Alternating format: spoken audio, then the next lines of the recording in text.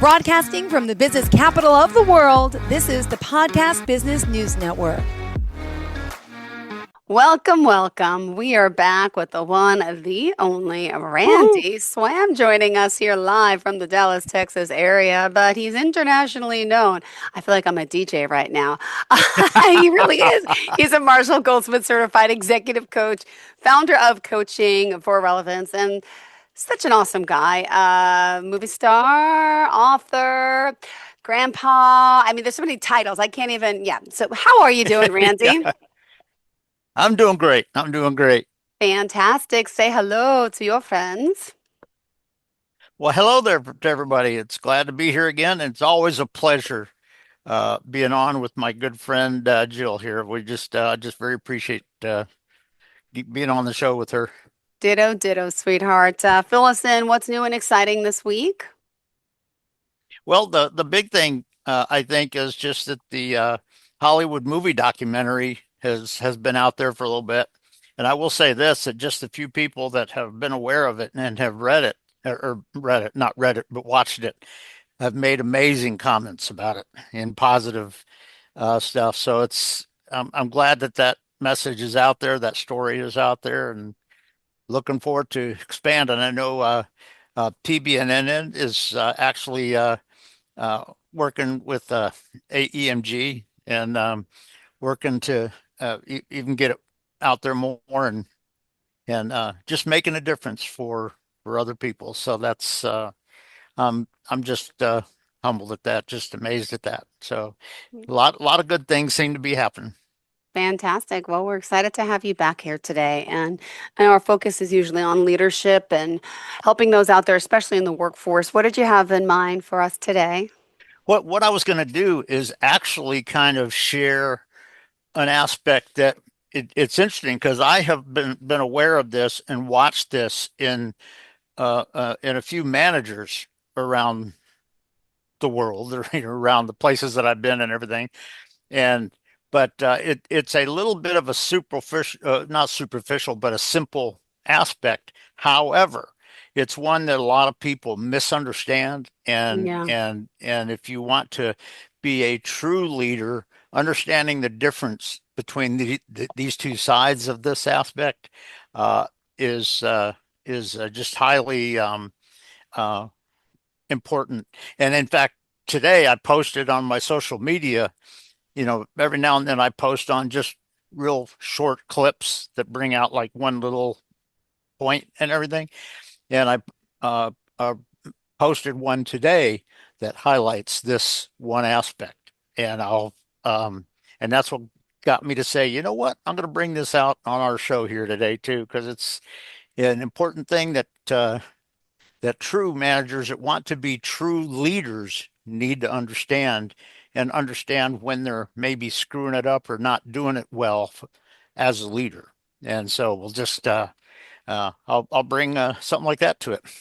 Beautiful. Thank you so much. Well, also for those that don't know a little of your background, tell us a little bit about yourself, Mr. I'm very humble, but tell us, please. I didn't hear the whole sentence because Oh, the record. no, I said I don't want, I know you're very humble, but I just want people to be aware of your accolades and who you are and what you do. So just a little bit of your background. I know your PhD work you're bringing to the front here. You also as a pilot. I mean, you have many different titles and are Yeah. been trained for so many years. So just needed just a little background to let you know we're talking to someone who's has lots of training and experience and Okay. continues to focus. Well, I got graduated from high school, not realizing that flying would be important for me and everything. So I actually went into a associate degree and got in the medical field for a couple of years. But then I got a chance to fly an airplane for the first time, Mm-hmm. and all of those dreams came flooding back to me. And guess what? I went back to college. I was accepted at NC State University, which is my favorite university at the time, and just very honored to have graduated from there. And a lot of this is wrapped up in my movie documentary on my story. But actually went to ROTC, was commissioned as a second lieutenant in the Air Force, and graduated and went on. And I was outstanding graduate award winner at F4 qualification training. And so I got assigned to one of the top squadrons in the Air Force, the 335th Chiefs. And if you go back and look at pictures of some of the biplanes and stuff in World War One, they had Chiefs head emblem on the side of the airplane. And guess what? That's what became the 335th Chiefs, and that's the squadron that I was in, and some of the people that I worked with.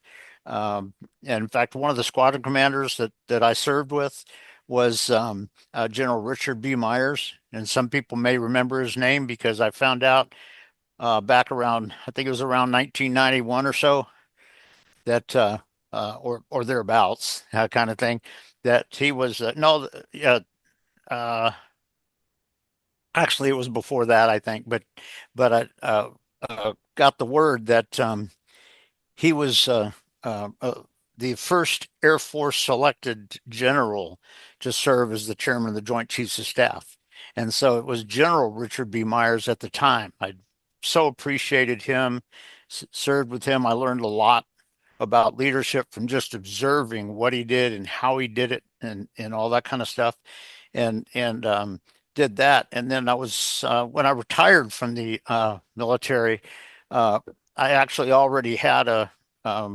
group down here in Texas that had offered me a position uh, in jet training, and I came down and kind of got involved in the training aspects for the company, and been doing that ever since 1992 or so, 1993. So it's been great. And for the last, actually, for the last 26 years, I've been at CAE and been training and certifying jet pilots. And but in addition to that, I've also got my like you said, my Marshall Goldsmith certified executive coach, because this aspect of leadership has been so important in my mind and in who I am.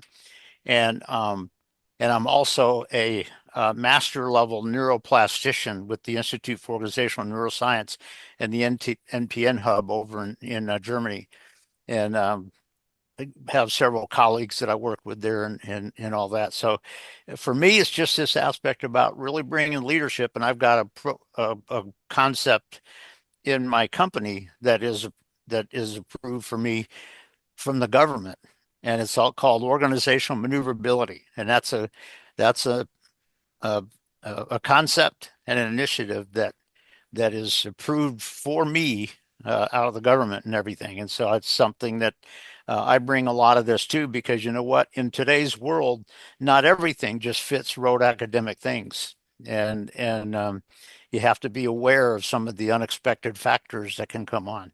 And those are just all sorts of things that leaders need to do, pilots, and all of that. And so uh, and when you're developing people, even as a coach, when you're developing people, if all you're doing is leading them to some rote, superficial academic thing, you're not actually getting the job done with that either. So I bring a lot of that to just all that I'm doing. Thank you. Thank you. Thank you. Any stories for today? What are we going to start off with sharing? What Well, advice? What? yeah, here's what I'll kind of throw out to you on this. One of the things that you find people have a tendency to do with the people that work for them and all that is to perhaps tell jokes and get them laughing and all that kind of stuff. Now, understand that can be possibly a good thing, but people need to understand there is a key difference in how that's being done. And the reason I say this is I've seen a number of dysfunctional and unethical managers and out there, that what they do is they apply a joke or something to get the people laughing and everything, but the reason they're doing it is because that takes their mind off of things, Mm-hmm. and they can pull them underneath my authority, and I can just tell them what to do and shut off their brains and just tell them what to do and get them to do it. And if that is what you're trying to do, if the Yeah. fact of bringing the humor and all that is central to what you're doing, and what you're trying to do is to basically give yourself complete control and dictating and all of that, you got to understand you are not being a leader. You are not being an ethical leader. You are not doing what's necessary, because a lot of people need to understand that when you're talking about this aspect of Yep. maybe telling jokes or getting your people kind of laughing or whatever like that, there's two aspects about it. And what's dysfunctional in what I just described for you is that you're having it so that it all just comes back to you and you can control it. That is not what you want, because that's narcissistic, it's dysfunctional, and in many respects, it's unethical, because what you're thinking about may not be exactly the situation they're being involved with or whatever. But the bottom line is, what you need to understand is when you're telling a joke and they kind of chuckle and all that kind of stuff, what it should be is it's not just about you dictating, but it's about them gaining a real sense of oneness with the team, with what you're trying to accomplish.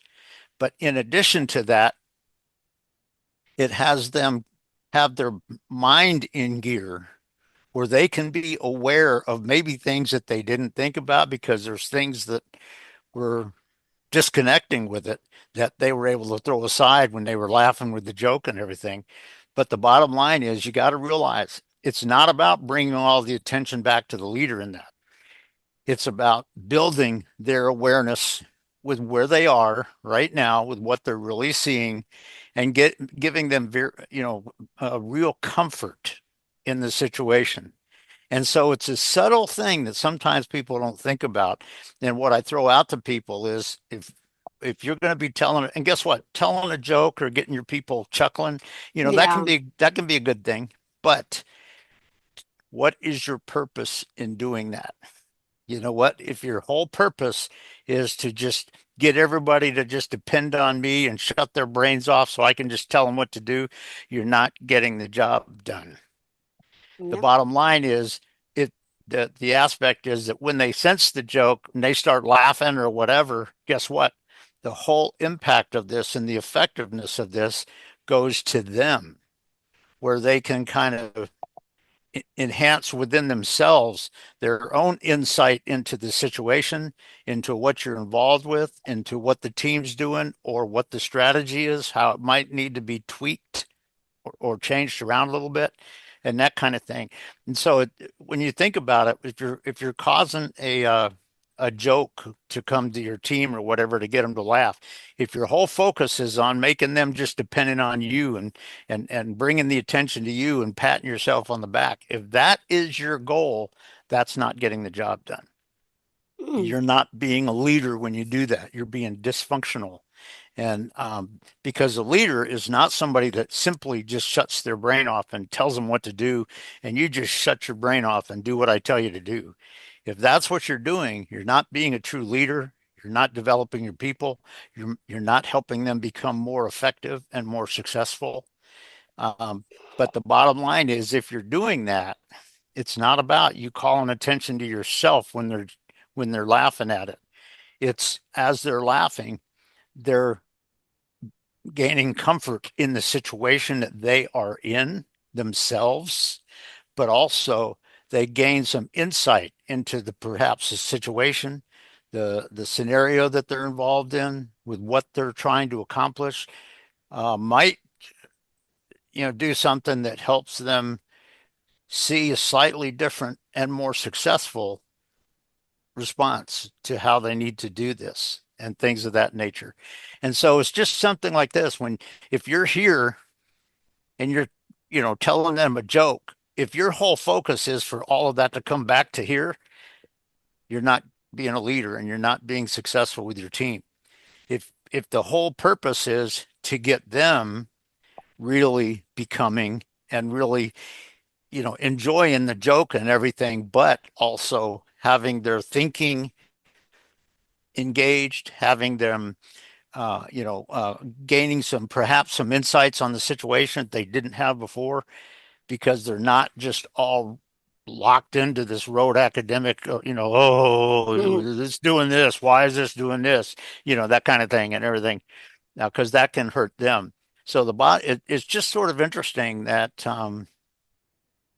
that it's not about you just calling calling attention to yourself and all that.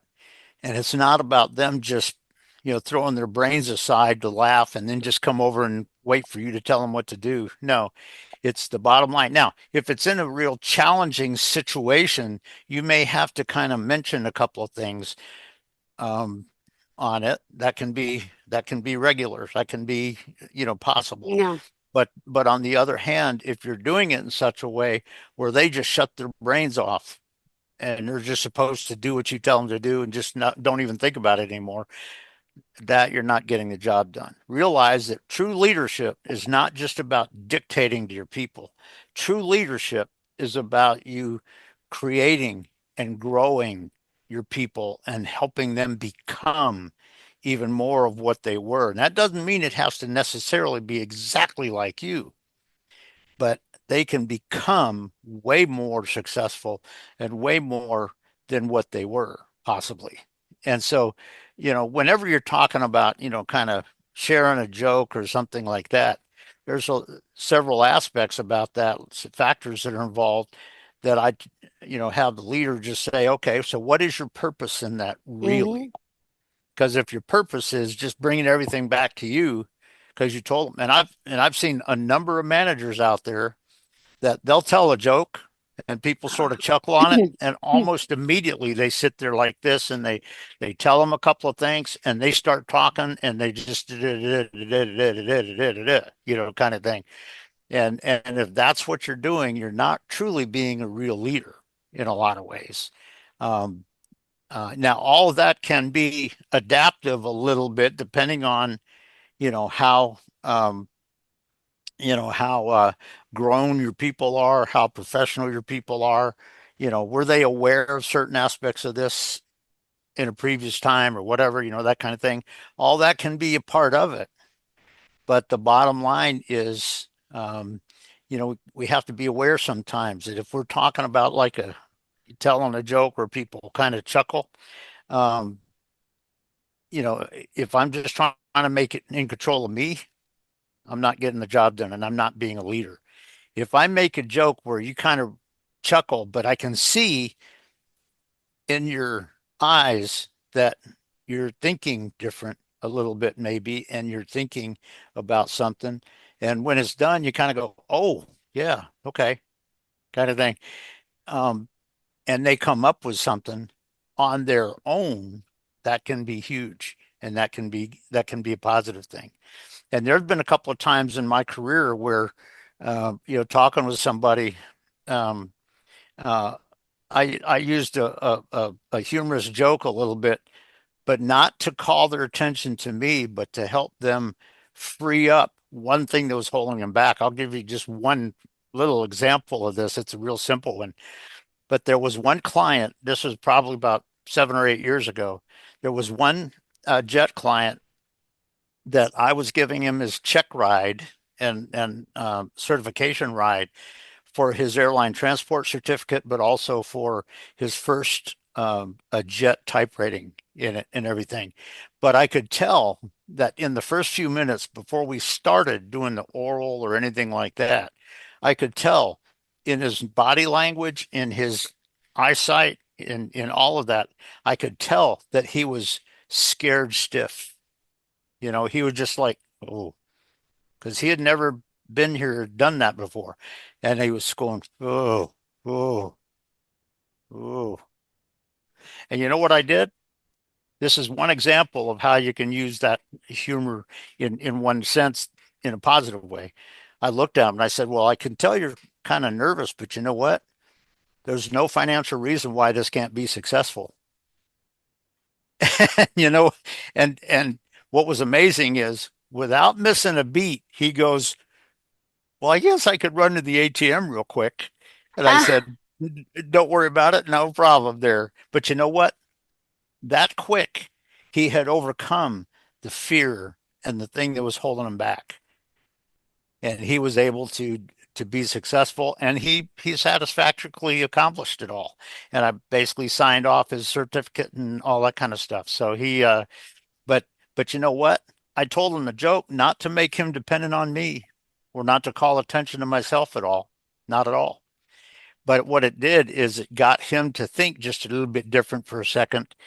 And because after he said I could run to the ATM, I said, well, you don't worry about that, kind of thing, because I could tell he was smiling and he wasn't tied up and Yeah. panicked like that anymore. And Oh, he was very, very successful on it. So it's just something to think about when you're talking about when you see your manager or your boss or somebody that is one of the managers that works for you or whatever. Guess what? You see them kind of telling jokes. That can be a positive thing, yeah. but are you clearly aware of the real purpose in what they are doing for it?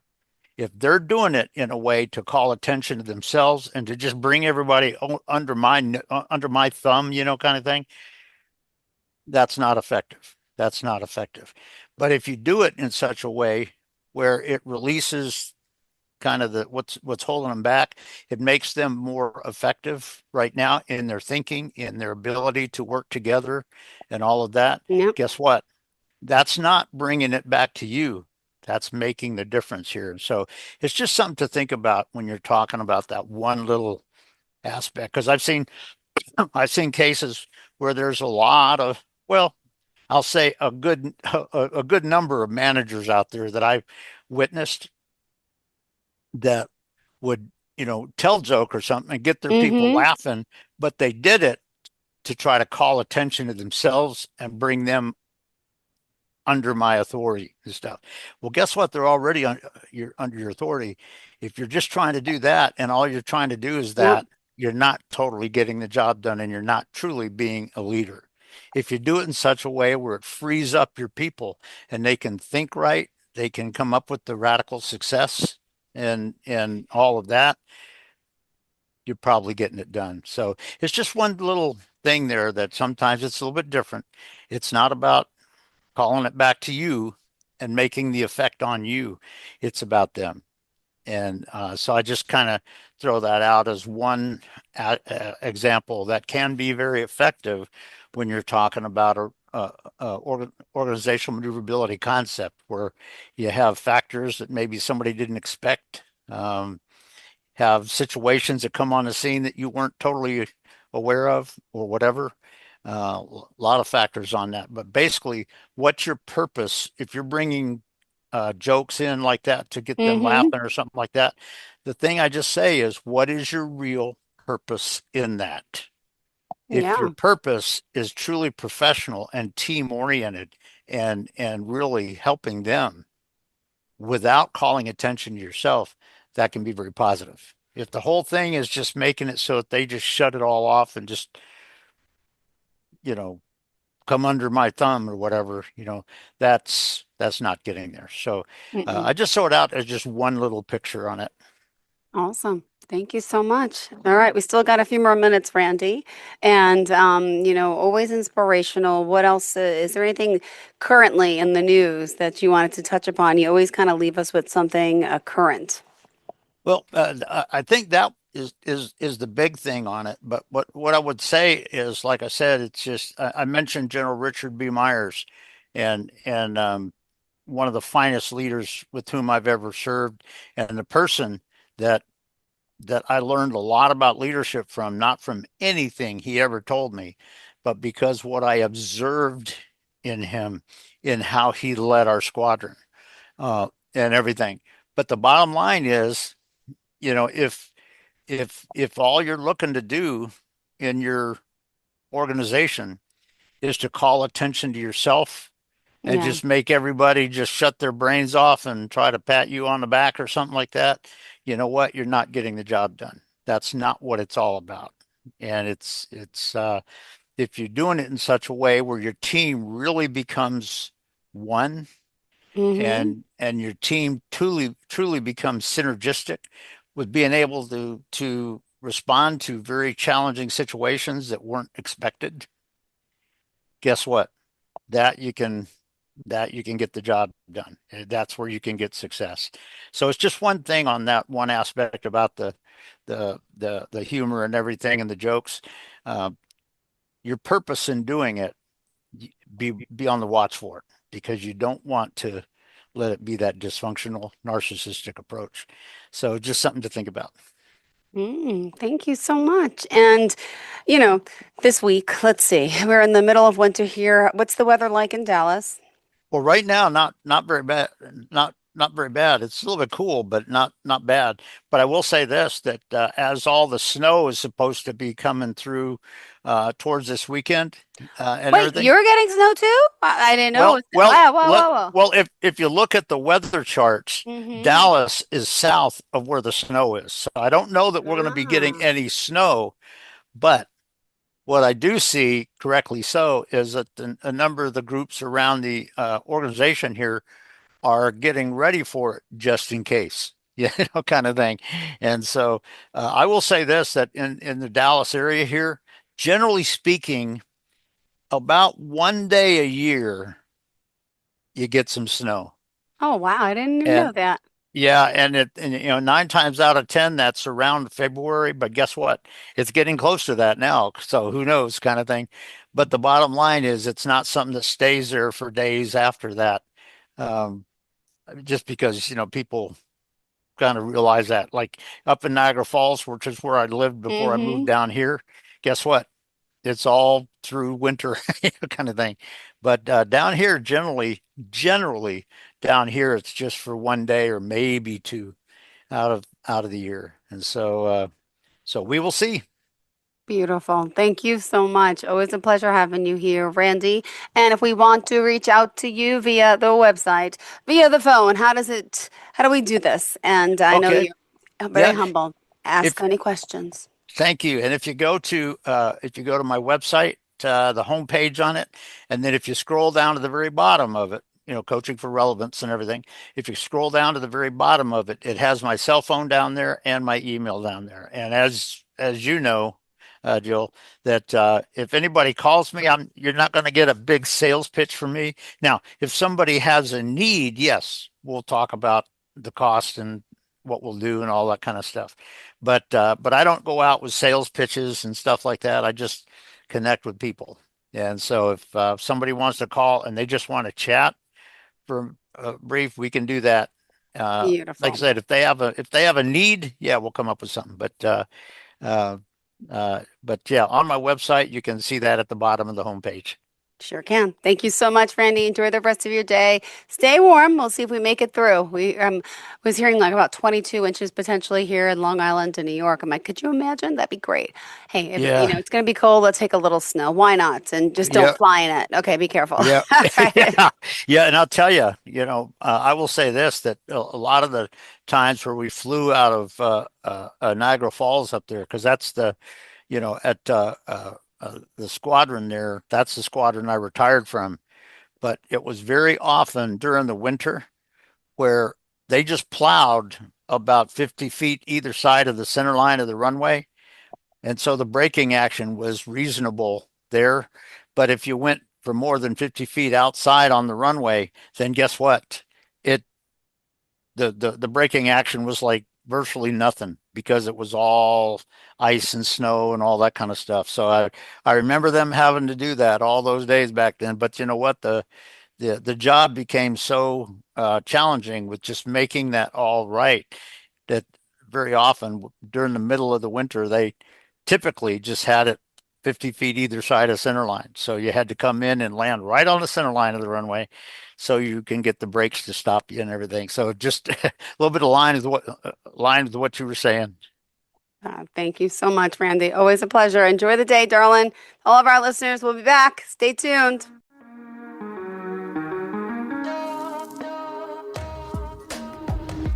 Broadcasting from the business capital of the world, this is the Podcast Business News Network. Adopt US Kids presents Multiple Choice Parenting. Your daughter just had her first breakup. Do you A, put yourself in her shoes? How could he do this to you? And for Sheila, she has split ends. B, console her? Oh, sweetie, this is going to happen a lot. 4, maybe 5 more times before you get married. C, take charge? Got to get this all straightened out. Give a little talking to, man, mano a mano. Hey, Steve! Is now a good time? No? Okay, no problem. Bye. Or D, help her find a new boyfriend? I know a great place to meet boys. The internet. Nice, single boys. Never mind. How about some ice cream? As a parent, there are no perfect answers. But you don't have to be perfect to be a perfect parent. Thousands of teens in foster care will love you just the same. For more information on how you can adopt, visit adoptuskids.org. A public service announcement from the U.S. Department of Health and Human Services, Adopt U.S. Kids, and the Ad Council.